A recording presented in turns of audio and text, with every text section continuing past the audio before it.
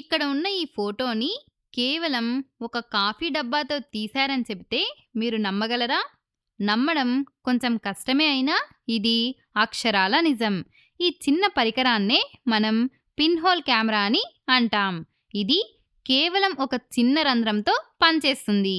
ఇందులో ఎలాంటి కటకాలు గాని, ఎలక్ట్రానిక్స్ గాని ఉండవు. నేడు మనం వాడుతున్న కెమెరాలన్నింటికీ ఇదే మూలం. దీన్ని ఆధారంగానే నేటి ఆధునిక కెమెరాలను తయారు చేశారు.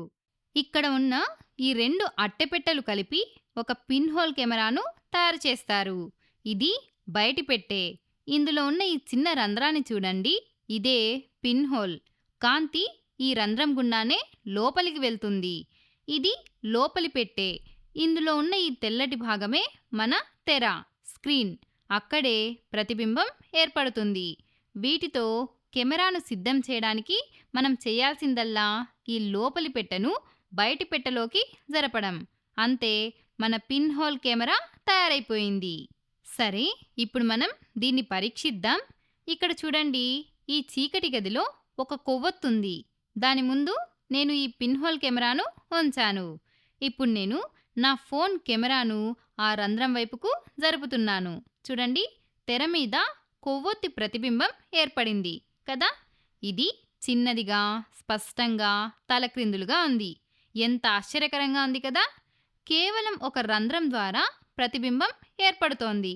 సరే, ఇప్పుడు మనం బాల్కనీలోకి వెళ్దాం. చూడండి, ఇక్కడ చెట్లు, భవనాలు పగటి వెలుతురులో చాలా బాగా కనిపిస్తున్నాయి కదా. ఇప్పుడు నేను ఈ పిన్ హోల్ కెమెరా తెరను జూమ్ చేసి చూస్తే, వావ్, ఆ బాల్కనీ చిత్రమంతా ఈ తెరపై కనిపిస్తోంది. అయితే ఇదంతా కూడా తలక్రిందులుగా ఉంది. ఇది నిజంగా అద్భుతం కదా. ఎలాంటి కటకాలు లేకుండా కేవలం ఒక చిన్న రంధ్రంతో మనం ఆ మొత్తం దృశ్యాన్ని బంధించాం. అయితే అసలు ఇదంతా ఎందుకు జరుగుతుంది? ఎలా జరుగుతుంది? అసలు ఈ పిన్ హోల్ కెమెరా కొన్ని అట్టెపెట్టెలు ఒక రంధ్రంతో ఎలా పనిచేస్తుందో ఇప్పుడు మనం తెలుసుకుందాం. ఇక్కడ మన దగ్గర ఒక కొవ్వొత్తి ఉంది. దాని పక్కనే ముందు భాగంలో ఒక చిన్న రంధ్రం ఉన్నటువంటి పెట్టె ఉంది. అదే మన పిన్ హోల్ కెమెరా. ఇది బయట పెట్టె.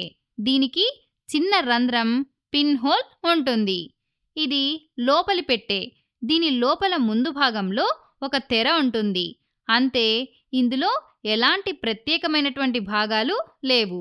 ఇది పిన్ హోల్ కెమెరా యొక్క ఒక సాధారణ నమూనా. సరే, ఇప్పుడు మనం ఈ నమూనాలో అసలేం జరుగుతుందో చూద్దాం. ఈ కొవ్వొత్తి మంట కాంతిని అన్ని వైపులకు ప్రసరింపజేస్తోంది. దీనివల్ల అన్ని దిశల్లోకి లక్షలాది కాంతి కిరణాలు దూసుకుపోతాయి. కానీ ప్రతిబింబం ఎలా ఏర్పడుతుందో అర్థం చేసుకోవడానికి మనకు కేవలం 2 కిరణాలుంటే చాలు. కాబట్టి కొవ్వొత్తి మంట నుండి వచ్చే 2 కిరణాలను మాత్రమే మనం ఇప్పుడు తీసుకుందాం. ఈ 2 కిరణాలు సరళ రేఖలో ప్రయాణించి ఆ చిన్న రంధ్రం గుండా లోపలికి దూరి వెనక ఉన్నటువంటి తెరపై పడతాయి.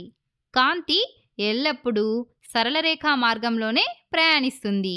దీన్నే మనం కాంతి రుజుమార్గ ప్రయాణమని అంటాం. కాబట్టి ఈ నియమాన్ని పాటిస్తూ ఈ 2 కిరణాలు కూడా సరళ రేఖా మార్గంలో ప్రయాణించి ఒకదానికొకటి ఖండించుకుంటాయి. దీనివల్ల ప్రతిబింబం తలక్రిందులుగా ఏర్పడుతుంది. ఇక్కడ మనం గమనిస్తే సాధారణ కెమెరాలు, మొబైల్ కెమెరాల వంటి వాటిలో ఉండేలా ఇందులో ఎలాంటి కటకాలు లేవు. కేవలం ఈ చిన్న రంధ్రం మాత్రమే ఉంది. ఇదే కాంతిని నిర్దేశించి ప్రతిబింబం ఏర్పడేలాగా చేస్తుంది. ఇక్కడ ఆసక్తికరమైన విషయం ఏంటంటే, ఈ రంధ్రం పరిమాణాన్ని బట్టే ప్రతిబింబం ఎలా కనబడుతుందనేది ఆధారపడి ఉంటుంది.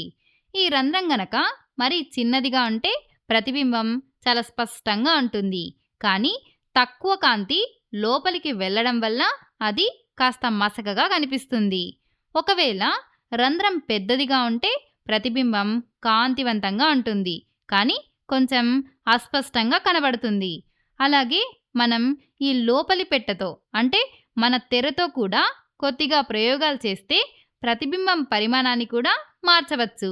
తెరను రంధ్రం నుండి దూరంగా జరిపితే ప్రతిబింబం పెద్దదిగా మారుతుంది. దాన్ని దగ్గరగా తీసుకొస్తే ప్రతిబింబం చిన్నదిగా మారుతుంది. కాబట్టి కేవలం ఒక పెట్టె, చిన్న రంధ్రం, ఒక తెరతో మనం ఒక కెమెరాను తయారు చేసి ప్రతిబింబాలను బంధించాం.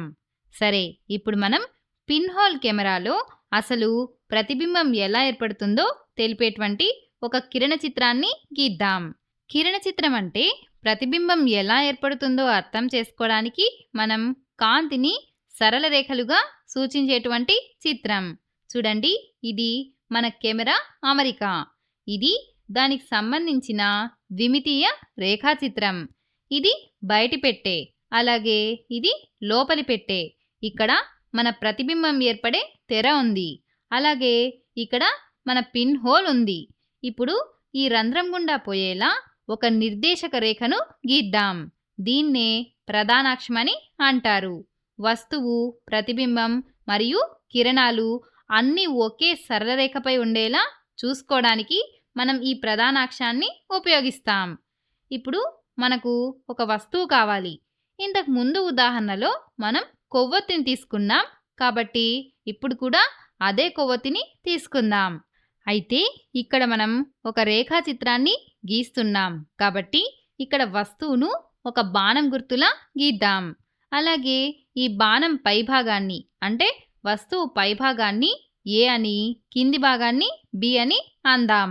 ఆ తర్వాత కాంతి కిరణాల విషయానికొస్తే ఈ వస్తువు అప్రకాశిత వస్తువు, అంటే తన నుండి కాంతిని వెదజల్లే వస్తువు కాకపోతే అది వేరే కాంతి జనకం నుండి వచ్చి తనపై పడే కాంతి కిరణాలను అన్ని వైపులకు పరావర్తనం చెందిస్తుంది. అలా కాకుండా ఇది ఒక కొవ్వొత్తి మంటలాగా స్వయం ప్రకాశిత వస్తువు అయితే తన సొంత కాంతిని ఉత్పత్తి చేసి అన్ని దిశలకు వెదజల్లుతుంది. అంటే ఏదేమైనా వస్తువు నుండి అనంతమైన కిరణాలు అన్ని వైపులకు వ్యాపిస్తాయి. కానీ కిరణ చిత్రం కోసం అసలేం జరుగుతుందో అర్థం చేసుకోవడం కోసం మనకు రెండే కిరణాలు అవసరం. అందుకే మొదటి కిరణాన్ని పైన ఉన్న ఏ బిందువు నుండి తీసుకుందాం. ఈ కిరణం పిన్ హోల్ గుండా తిన్నగా వెళ్ళి తెరను తాకుతుంది. ఇదే విధంగా బి నుండి రెండవ కాంతి కిరణాన్ని గీస్తే అది కూడా పిన్ హోల్ గుండా తిన్నగా ప్రయాణించి తెర మీదకు వెళ్తుంది. ఇప్పుడు ఆ కిరణాలు తెర మీద ఎక్కడ పడుతున్నాయో చూస్తే ఏ నుండి వచ్చే కిరణం ఇక్కడ కింద పడుతుంది, బి నుండి వచ్చే కిరణం ఇక్కడ పైన పడుతుంది. కాబట్టి వస్తువు పైభాగం కింది వైపున, వస్తువు కింది భాగం పై వైపున ఏర్పడుతుంది. అంటే తెర మీద మనకు ఏర్పడే ప్రతిబింబం తలక్రిందులైనటువంటి ప్రతిబింబం. ఇదే కెమెరాలో ప్రతిబింబం ఏర్పడే విధానాన్ని వివరించేటువంటి కిరణ చిత్రం.